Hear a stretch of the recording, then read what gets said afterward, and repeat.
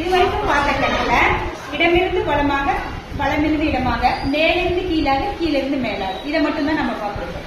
அதுல ஒரே ஒருத்தர் தான் வருவாங்க. ஒன்னு லெட்டர்ஸ் வரும், இல்லைன்னா நம்பர் வருவாங்க. இப்போ இதுல மொத்தம் எத்தனை பேர்னு கொடுத்துருக்காங்க? மொத்தம் எத்தனை பேரு? 40 பேர். அதுல சசிகலாவோட பிளேஸ் என்ன? இடமிருந்து வளமாக 21வது இடத்துல இருக்காங்க. மணிமொழி அப்படிங்கிறீங்க வளமிருந்து இடமாக எத்தனாவது இடத்துல இருக்காங்க? 14வது. இப்ப இந்த 2 பேர்த்துக்கு நடுவுல எத்தனை பேர்? இந்த 2 பேர்த்துக்கு நடுவுல எத்தனை பேர்? இந்த மாதிரி சம்மந்தம் அதுக்கு ஒரு ஃபார்முலா இருக்கு. அதுக்கு என்ன ஃபார்முலானா, அப்ப இடையில் உள்ளவர்கள் அப்படின்னு கேட்டாங்கன்னா மொத்த நபர்கள் எத்தனை என்ன வரணும்? மொத்த நபர்களை எழுதிக்கணும். மொத்த நபர்ல இருந்து இந்த 2 பேர்த்தோட தரத்தையும் ஆட் பண்ணிக்கணும். சசிகலாவோட தரம் பிளஸ் மணிமொழியோட தரம் ரெண்டையும் ஆட் பண்ணிட்டீங்கன்னா போதும். மொத்த நபர் எவ்வளவு? 40. சசிகலாவோட தரம் என்ன? 21. மணிமொழியோட தரம் என்ன? 16. ரெண்டையும் கூட்டு எவ்வளவு?